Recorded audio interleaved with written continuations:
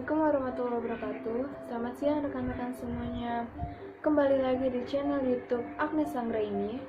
Video saya kali ini saya akan membahas tentang ketentuan umum pajak, NPWP, NPPKP, SPT, SSP, SKP, dan STP.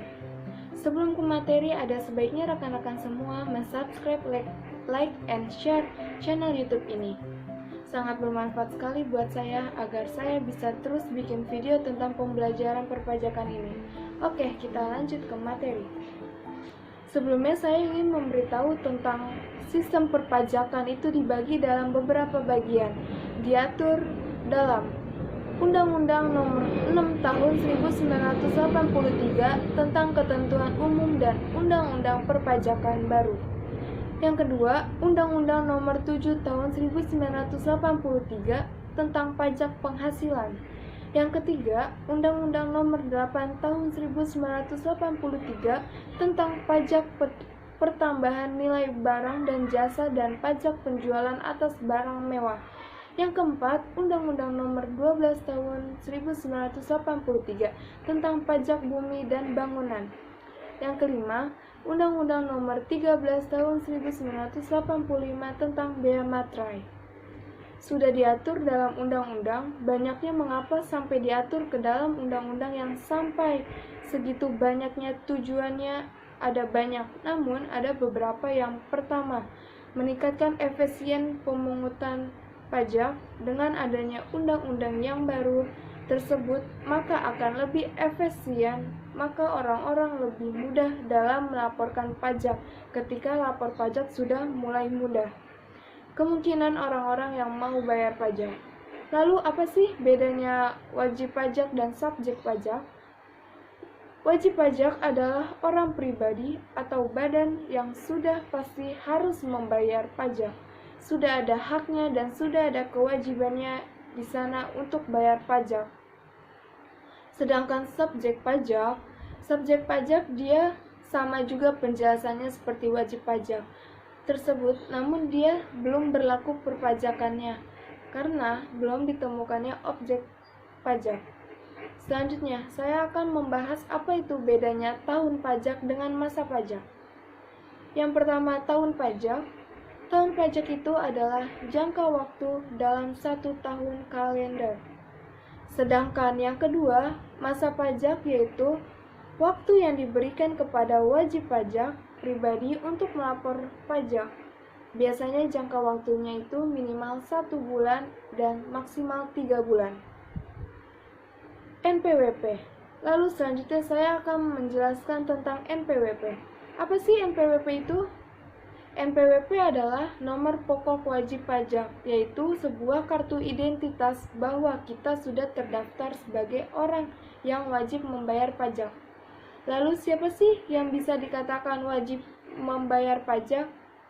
Ya, yaitu kita yang sudah punya penghasilan.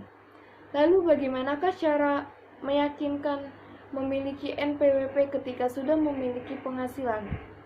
Saat ini, pembuatan NPWP bisa dilakukan secara online. Silakan daftar dan registrasi NPWP Anda di link rek.pajak.go.id atau login. Lalu ada sanksi yang diberikan kepada orang yang sudah memiliki penghasilan, tetapi dia tidak membuat NPWP tersebut. Sanksinya yaitu adalah hukuman pidana maksimal 6 tahun. Lalu NPPKP adalah nomor pengukuhan pengusaha kena pajak. NPPKP ini adalah untuk seseorang pengusaha kecil atau besar.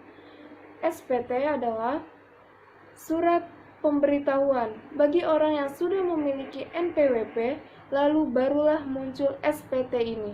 Biasanya SPT ini muncul ketika awal tahunnya kita bulan Januari, Februari atas penghasilan kita di tahun sebelumnya.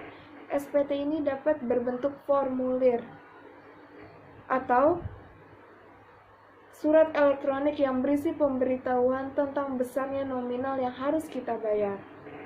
SSP, surat pemberitahu Lalu setelah muncul surat pemberitahuan SPT, muncullah SP yaitu surat setoran pajak, yaitu bukti pembayaran penyerahan pajak yang telah dilakukan dengan menggunakan formulir. SKP. Lalu setelah muncul SSP, muncul lagi yaitu surat ketentuan pajak atau bisa kita sebut SKP. SKP ini biasanya berupa kekurangan pembayaran pajak kita atau ada kelebihan nominal di saat pembayaran tersebut. STP. Lalu selanjutnya ada surat tagihan pajak. STP adalah surat untuk melakukan tagihan pajak dan atau sanksi administrasi berupa bunga atau denda dan berfungsi sebagai koreksi pajak terutang, sarana mengenakan sanksi kepada wajib pajak, serta sarana menagih pajak. Oke, demikian penjelasan dari saya. Semoga bermanfaat buat kalian yang nonton.